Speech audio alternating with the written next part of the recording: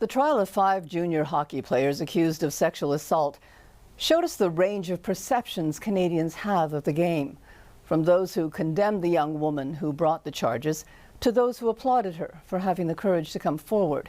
In a new book, We Breed Lions, Confronting Canada's Troubled Hockey Culture, author Rick Westhead writes, "There's a steadfast belief in the marrow of the sport that hockey players can do what they want, they are special, they have earned the right to do the things no other citizens can do."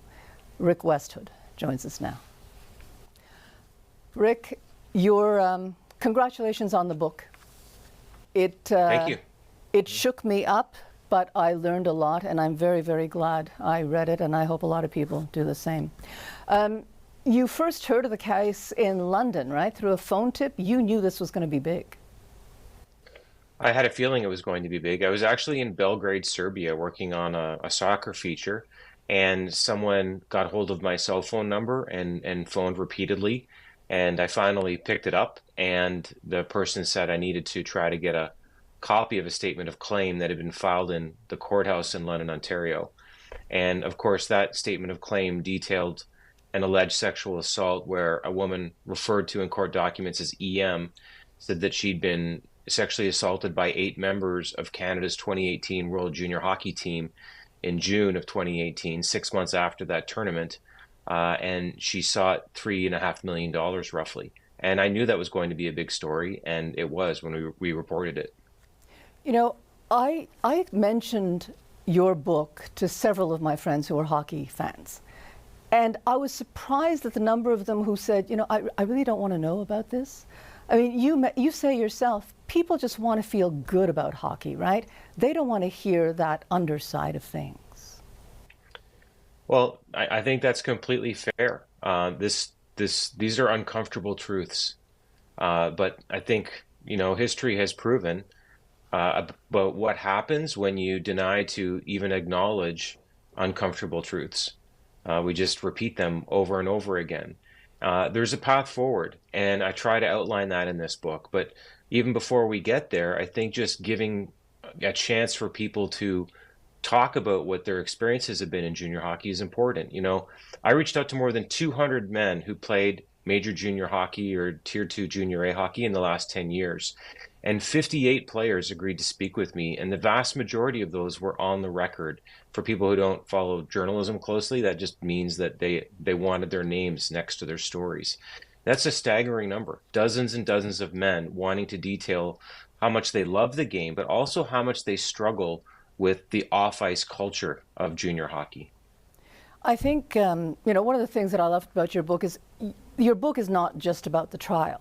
You know, as you talk about how we got here. And what is so striking is that there are so many cases. And you also talk about how the hockey players who witnessed the events in the hotel room, they weren't shocked, they weren't surprised. You talk about just, it was so banal to them. It was just another night out with the boys. It felt like that. You know, it's important to say that these players were acquitted, and the judge in London, Ontario found that there was actual consent in this case. But I think you really hit on an important point there. It did seem like this was just another night out. You know, one of the players sent a text message out to the entire team offering them the chance to participate in group sex and come back to his hotel room. He wrote, "Who's up for a 3-way?" And it's interesting, one of his teammates, the response to that text message was, "Who's got my phone charger?" You know, what a very curious way to respond to a text message that, you know, is an invitation to group sex. We also heard during the trial that, you know, while there were 11 men in and out of that hotel room with the one woman, the players sitting and watching each other have oral sex and watching a teammate go into the bathroom to have sex with EM. One of the players sat on the bed eating chicken wings while other players talked about hockey. And I just think that those illustrate just how banal this was. Because you do talk about that absence of judgment and courage in that hotel room. And I guess people might say to you, well, isn't that just society in general? You know, it just reflects a broader culture. But you ask that question, does that absolve this behavior? These players are supposed to be role models, aren't they? Well, listen, the reflex from many people is to say this is not a hockey problem, this is a societal problem, and there's truth in that. However, there have been, whether it's Jeffrey Epstein or Harvey Weinstein or Larry Nassar or Jerry Sandusky, the football coach at Penn State, when there have been incidents where people have been hurt, where there's been abuse, there's also been journalism. And so why would we not want for reporters to dig down and understand what's going on, even if it's in a sport that's become a religion in our country? Like I said off the top about talking with players and how willing they were to want to have this conversation. We haven't talked about this for 100 years.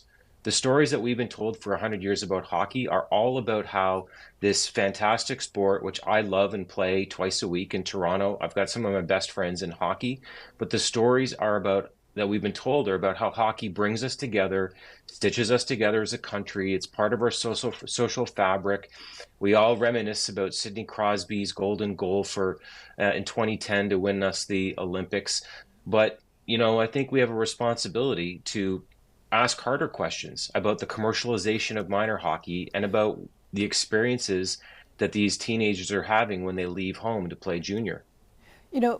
I don't want to absolve these boys or men, they're boys, but they shouldn't carry all the blame, right? Because there are the adults here. In the foreword to the book, I think it's sports journalist Stephen Brunt, he says, "Major hockey is an entertainment business masquerading as community service." At the end of the day, the profits come first, don't they?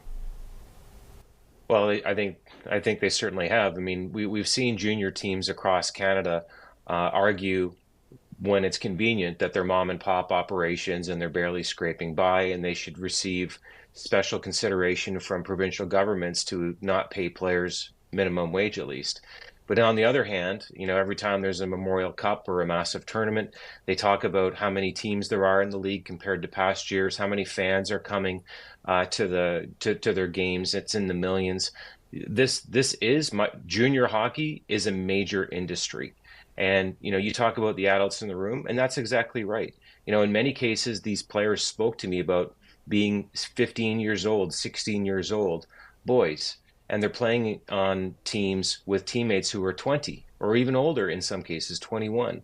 And just the pressure that these teenagers feel to conform, to be accepted. And they'll do, in many cases, whatever that takes, whether it's drinking alcohol to excess, whether it's doing things with girls that they aren't ready for, whether it's introducing girls to older players on their teams, and whether it's agreeing to go through rites of passage and hazing that, shouldn't be happening. And we know it shouldn't be happening because these things are kept secret still. Okay. Well, Rick, thank you very much for this. I could talk to you about this much longer, but unfortunately we're out of time.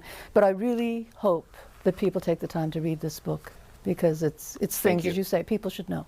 Okay, thank you very much. Thank you.